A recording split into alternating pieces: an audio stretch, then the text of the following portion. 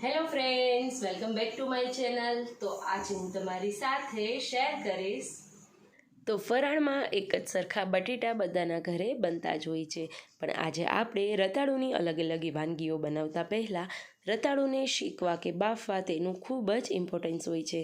તો આ વિડીયોમાં આપણે રતાળુને બાફતી વખતે કુકરમાં પાણી ઉમેર્યા વગર અને બીજી રીત કુકર જ લીધા વગર આપણે બાફીશું કે શેકીશું। શેકેલા રતાળુ પણ ખૂબ જ મીઠા લાગતા હોય છે, તેમાં રહેલા ગુણો પણ જળવાઈ રહે છે। તો ચલો આપણે વધારે સમય બગાડ્યા વગર રેસીપી શરૂ કરીએ। રતાળુ આપણે કઈ રીતના પસંદ કરીએ છીએ તેનો પણ ટેસ્ટ ખૂબ જ ઇમ્પોર્ટન્ટ હોય છે। વધારે પડતા જાડા, કડક કે સફેદ રતાળુ નથી લેવાના। આ રીતના મીડિયમ સાઇઝના રતાળુ લેવાના છે, જેથી કરીને તે અંદર સુધી કૂક થઈ જાય। હવે અહીંયા શેકતા કે બાફતા પહેલાં રતાળુને 2 થી 3 વાર સારા પાણીથી આપણે પહેલાં ક્લીન કરી લઈશું। કુકરમાં જ્યારે પાણી ઉમેરીને આપણે શક્કરિયા બાફતા હોઈએ ત્યારે તેમાં પાણી ચડી જતું હોય છે, તેમાંથી બનતી વાનગીમાં પણ ટેસ્ટ નથી આવતો। તો એ પ્રોબ્લેમને દૂર કરવા માટે અહીંયા મેં કુકરમાં 1 મોટા વાટકા જેટલું રેગ્યુલર ઉપયોગમાં લઈએ તેવું મીઠું લીધેલું છે। તેના પર કાંઠો રાખી પ્લેટ રાખી આપણા શક્કરિયા તેમાં ગોઠવી દઈશું। ત્યારબાદ ફાસ્ટ ફ્લેમ પર 2 વિસલ અને સ્લો ફ્લેમ પર 1 વિસલ કરી કુકર બંધ કરી દઈશું। તો હવે જોઈએ શક્કરિયાને બાફવાની બીજી રીત। અહીંયા મેં તાવડીનો ઉપયોગ કરેલ છે। જો તમારા ઘરે તાવડી ના હોય તો લોટી પર પણ આ જ સેમ પ્રોસેસથી તમે શક્કરિયાને શેકી શકો છો। આવી રીતના શેકેલા શક્કરિયા ટેસ્ટમાં ખૂબ જ મીઠા લાગે છે। હવે અહીં આગળ કટ કરેલા બધા શક્કરિયાને ગોઠવી દઈએ। મીડિયમ સાઇઝના શક્કરિયા હશે તો તે ફટાફટથી કૂક થઈ જશે, એટલે જ્યારે પણ તમે શક્કરિયાને શેકવાના હોય ત્યારે તેની સાઇઝ શક્ય હોય ત્યાં સુધી નાની રાખવી। શક્કરિયાને ગોઠવતી વખતે તેના ઉપર તમે હળવા હાથે થોડું એવું ઘી પણ લગાડી શકો છો। હવે મોટું તપેલું લઈ તેને આવી રીતના ઊંધું વાળી અને ઢાંકી દઈશું।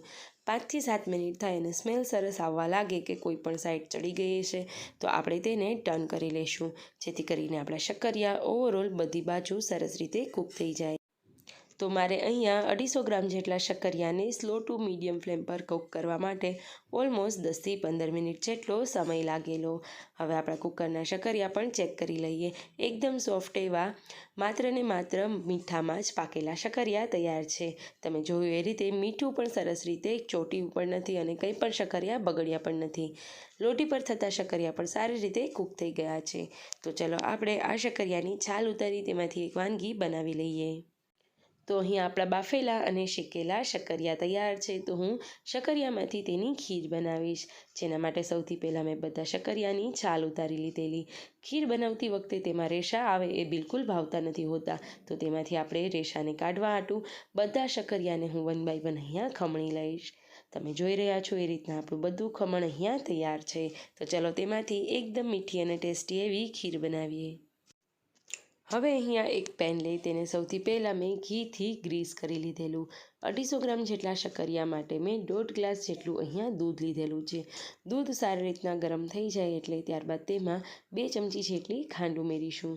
અડધી ચમચી જેટલું એલચી પાવડર અને તમારી પસંદગીના કોઈપણ ડ્રાયફ્રૂટની અહીંયા કતરણ કરીને ઉમેરી શકો છો। મેં અત્યારે કાજુ અને બદામ લીધેલા છે। હવે આ બધું સારી રીતના મિક્સ થઈ જાય ત્યારબાદ અહીંયા આગળ ખમણેલા રતાળુ ઉમેરી દઈશું। રતાળુ એડ થઈ જાય ત્યારબાદ માત્ર 2 થી 3 જ મિનિટ તેને ઉકળવા દેવાનું છે। ફરીથી થોડી ડ્રાયફ્રૂટની કતરણ સાથે ગાર્નિશ કરીશું। તો ગરમા ગરમ શિવરાત્રિમાં સ્પેશિયલી ખવાતી એવી રતાળુની ખીર આપણી અહીંયા તૈયાર છે। તો આશા છે તમને મારી આ રેસીપી પસંદ આવી હશે, અને આવી ઉનાળાની દરેક નવી નવી રેસીપીઝ જોવા માટે હજી સુધી ચેનલને સબસ્ક્રાઈબ ના કરી હોય તો ફટાફટથી કરી દેજો। Thank you.